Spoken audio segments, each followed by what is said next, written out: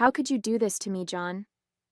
I remember yelling those words like it was yesterday, even though it's been over a year now. I was 6 months pregnant, standing in the doorway of our living room, shaking with anger and disbelief. He just stood there, arms crossed, his face blank like I was the one causing a problem. That was the moment I realized everything I thought we had built together was a lie. My name is Melissa Harper. I'm 32 years old now, and I'm a single mom to my beautiful 1-year-old daughter, Emma. Life looks nothing like I thought it would, but in some ways it's better. A little over a year ago, I was blindsided by betrayal that turned my world upside down, leaving me to figure out how to move forward while preparing to welcome my little girl into the world. In those early weeks after John left, I felt like I was drowning. Every time I closed my eyes, I saw his face, heard his voice saying those awful things. "I'm not attracted to you anymore, Melissa. Look at you. You've let yourself go." Those words echoed in my mind, cutting deeper every time I thought of them. And Julia, my so-called best friend? She didn't even have the guts to look me in the eye. I never confronted her. I didn't see the point. I just cut her out of my life like she never existed.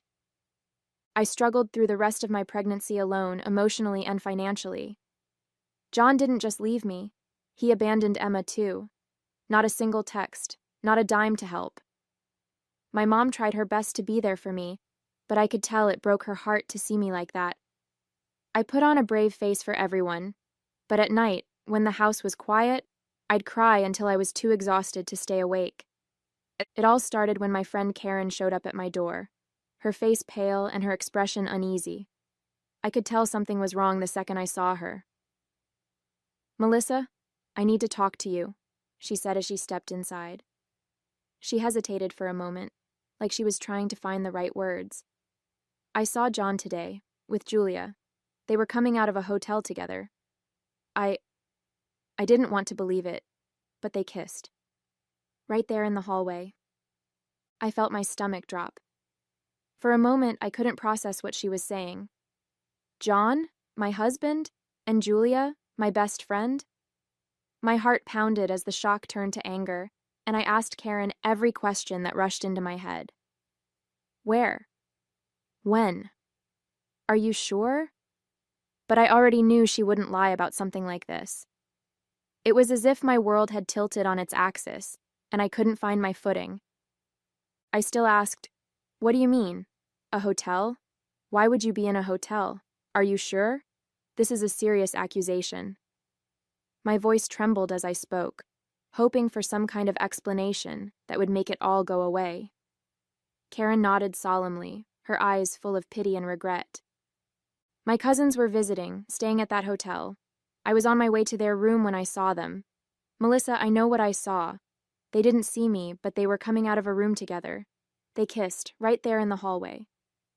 She paused, her voice softening. "I'm so sorry, but you needed to know."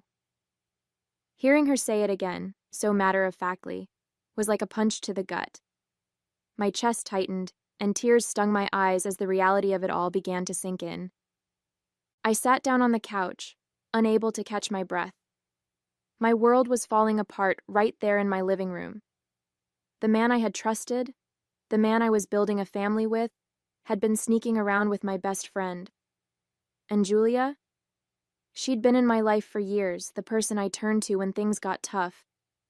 How could they do this to me? How could they betray me like this, especially now, when I was carrying our child? I felt a wave of emotions crash over me. Anger, humiliation, heartbreak, all tangled up in a knot I couldn't unravel. Every memory, every promise, every plan we'd made together suddenly felt like a cruel joke. I couldn't stop myself from wondering, had I been blind? Was there something I'd missed? Or was I just that easy to discard? The weight of it all pressed down on me, and for the first time in my life, I truly felt like I was breaking. That night, I waited for John to come home, my stomach in knots and my heart pounding in my chest. When I heard his car in the driveway, I felt a surge of both anger and dread. He walked in like it was any other day, setting his keys on the counter and loosening his tie. I didn't even let him get past the kitchen. How long has it been, John? I asked, my voice trembling but steady. He looked up, confused, and then his expression hardened. What are you talking about? He said, feigning ignorance. Don't play games with me, I snapped. Karen saw you, at the hotel, with Julia. Now tell me the truth. His face twisted into a scowl and he scoffed. Karen? That woman's nuts. She probably misunderstood something. Melissa, you're letting your imagination run wild. There's nothing going on. But his tone was defensive, and his refusal to meet my eyes told me all I needed to know. I clenched my fists, feeling my anger rise with every word he said. Don't you dare lie to me, John, I shouted, my voice breaking. Karen isn't nuts, and you know it. She saw you, with Julia, leaving a hotel room. She saw you kiss her, so don't stand there and insult my intelligence. He threw his hands up in frustration, pacing the room like he was the one being wronged. Melissa, you're blowing this out of proportion, he snapped. Karen probably saw something innocent and twisted it in her head. Julia and I are just friends, that's all. But his excuses sounded pathetic, and the more he talked, the more I could see the guilt written all over his face. It was like he was trying to talk himself out of the hole he'd already dug. As he continued spewing his excuses, I felt a sudden flutter in my stomach. Emma. She moved, as if reminding me she was there, a tiny life depending on me in the middle of all this chaos. For a second, the anger was replaced by a wave of sadness so heavy it nearly crushed me. How could he do this to us? To her? I put my hand on my belly instinctively, trying to steady myself. Do you even care about us, John? I asked, my voice quieter but laced with heartbreak. Do you care about your daughter? She's in here and she can feel this. Feel me falling apart because of you. His eyes flicked to my belly for a brief moment, but instead of softening, his face stayed cold and unreadable. This isn't about the baby, he said flatly. Don't make this more dramatic than it needs to be. It was in that moment I knew. I was truly on my own. I felt tears welling up, but I refused to let them fall in front of him. More dramatic? I repeated, my voice trembling with disbelief. I'm 6 months pregnant, John. 6 months. And you're telling me it's not dramatic that you're sneaking around with my best friend? That you've destroyed our family before our daughter even has a chance to be born? My voice rose with every word, my heartbreak morphing into a fiery rage I couldn't hold back anymore. John sighed as if he was the one being inconvenienced. Melissa, you're blowing this out of proportion, he said, shaking his head. Julia and it just happened, okay? I can't help how I feel. Things haven't been the same between us for a while, and honestly, look at yourself. You've changed. He motioned toward me, his words dripping with contempt. I'm not attracted to you anymore, Melissa. I'm sorry, but it's the truth. John scoffed, shaking his head like I was wasting his time. God, Melissa, do you even hear yourself? He snapped, his voice ice cold. You've been nothing but a whiny, overgrown baby ever since you got pregnant. Every day it's something. Your back hurts, your feet are swollen, you're tired. I get it, you're pregnant, but you act like you're the first woman in the world to have a kid. It's pathetic. He looked me up and down, his expression twisting into disgust. And don't even get me started on how you look, he said, his voice dropping to a cruel sneer. You're massive. Honestly, Melissa, you're starting to look like a damn elephant waddling around here. It's embarrassing. You don't even try to look decent anymore. It's just sweatpants and your greasy hair tied up in that ugly bun. Julia? She's gorgeous. She actually takes care of herself and she's fun to be around. You're just a moody, needy mess, and I'm tired of pretending otherwise.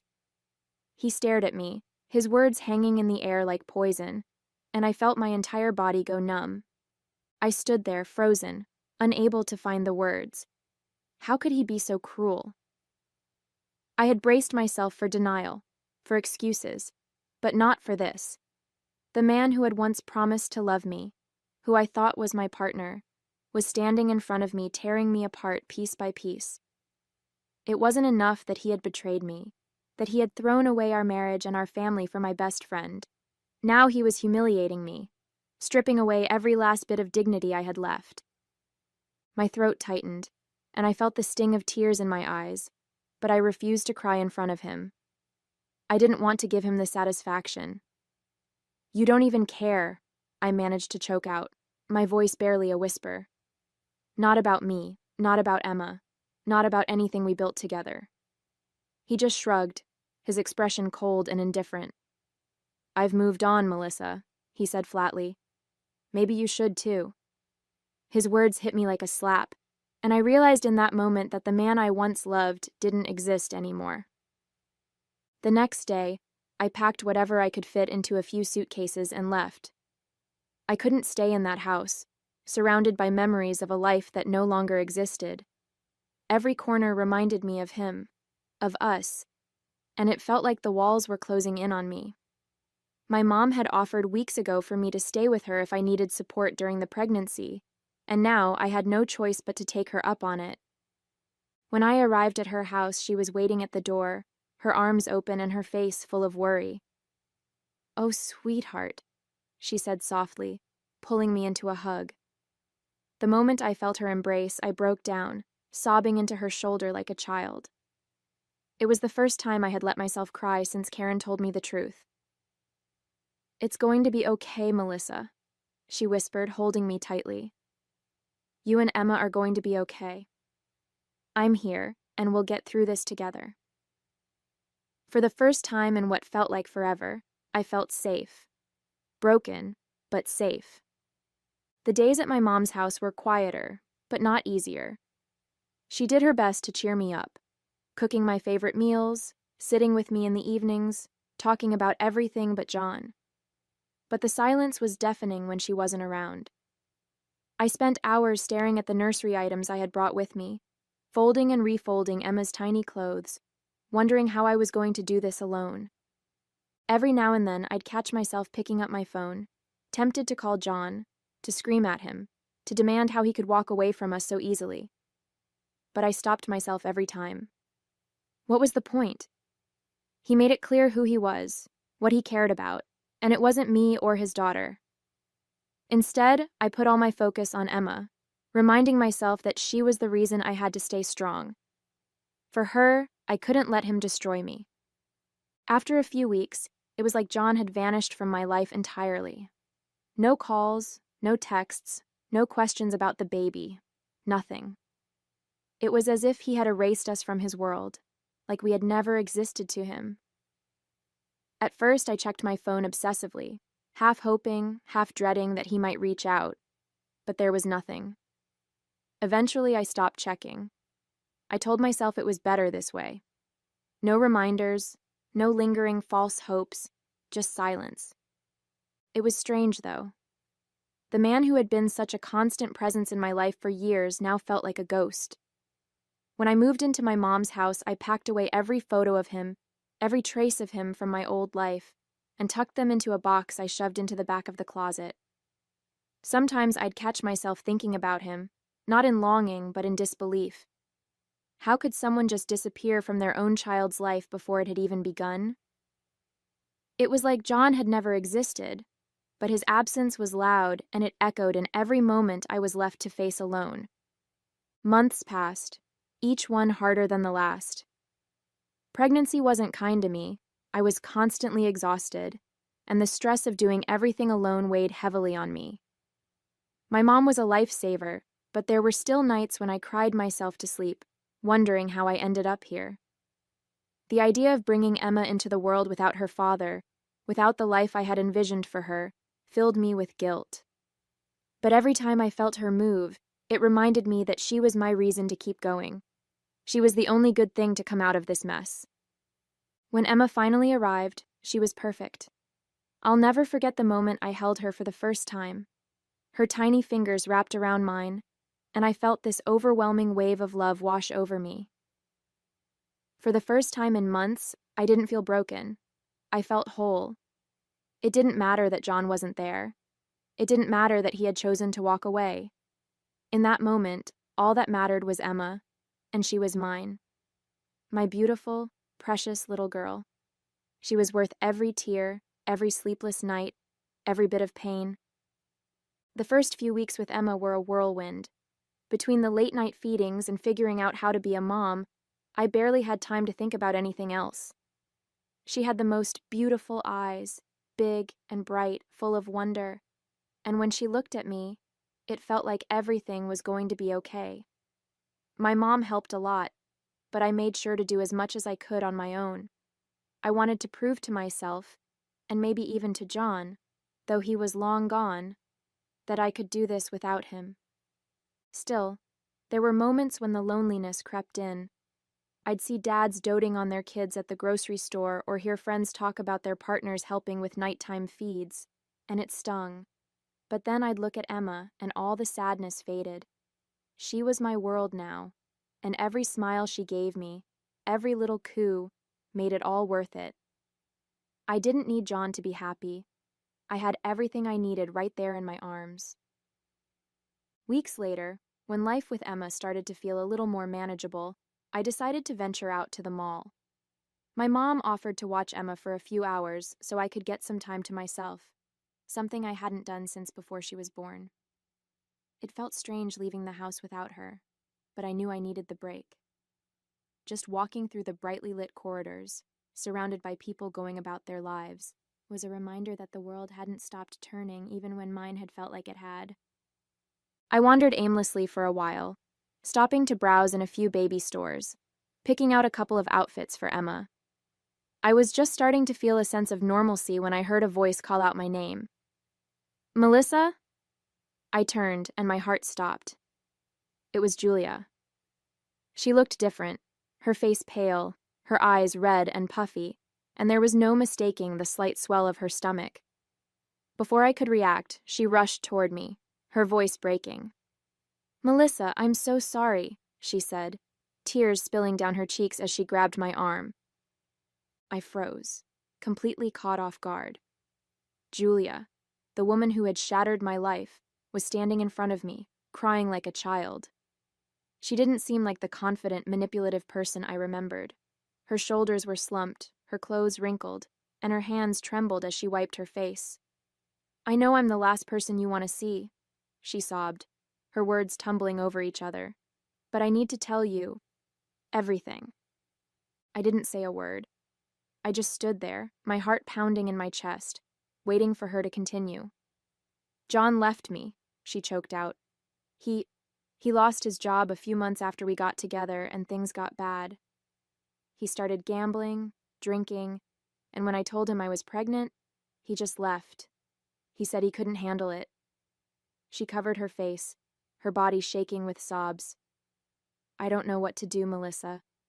I'm so sorry for everything I did to you. You didn't deserve any of it." She broke down right there in the middle of the mall, people glancing at us as they walked by, but I didn't care. I couldn't move. I just stared at her, a wave of mixed emotions flooding through me. Julia kept sobbing, her voice breaking as she pleaded with me. "Please, Melissa, I know I don't deserve it, but I need you to forgive me. I was selfish and stupid, and I ruined everything. I wish I could take it all back. Please, I'm begging you." Her words hung in the air, but I didn't respond. I couldn't. I just stood there, staring at her, feeling an odd mix of pity, anger, and satisfaction. For so long I had dreamed of a moment like this, of her realizing the pain she'd caused and begging for my forgiveness. But now that it was happening, I felt nothing. Not even a flicker of the satisfaction I'd expected. I looked at her one last time, her face streaked with tears, and without saying a word I turned and walked away, leaving her there in the middle of the mall. When I got home, as if the day hadn't already been surreal enough, I had the second surprise waiting for me. Sitting on the front steps, slouched like a man who'd lost everything, was John. For a moment I thought I was hallucinating. He looked so different, unkempt, exhausted and reeking of alcohol. His hair was messy, his clothes wrinkled, and he barely looked like the man I used to know. He looked up as I approached, his eyes bloodshot and glassy. "Melissa," he muttered, struggling to stand. I needed to see you. I froze, my breath catching in my throat as a wave of anger surged through me. I couldn't believe this was happening, that after everything he'd done, he had the audacity to show up here. "What are you doing here?" I asked, my voice sharp and unforgiving. He staggered slightly, leaning against the doorframe. I'm sorry," he stammered. "I love you, Melissa. I love Emma. Please let me come back. I'll fix everything. I swear I will." His voice cracked, but all I felt was disgust and a cold, biting clarity. He smelled of alcohol so strongly that it hit me before I could even respond. "Sorry?" I repeated, my voice thick with disbelief. "You're sorry? You left me, left us, without a second thought, and now you're here smelling like a bar, talking about feeling sorry and loving us?" John ran a hand through his messy hair, his shoulders slumping like the weight of the world was pressing down on him. "I know, Melissa," he said, his voice cracking. "I know I've screwed up. I've lost everything. You, Emma, my job, my money. I've been such an idiot, and I can't stop thinking about what I threw away. I love you. I love Emma.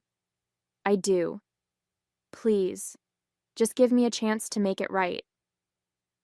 For a moment, I just stared at him, my emotions a storm of anger, pity, and something I couldn't quite name.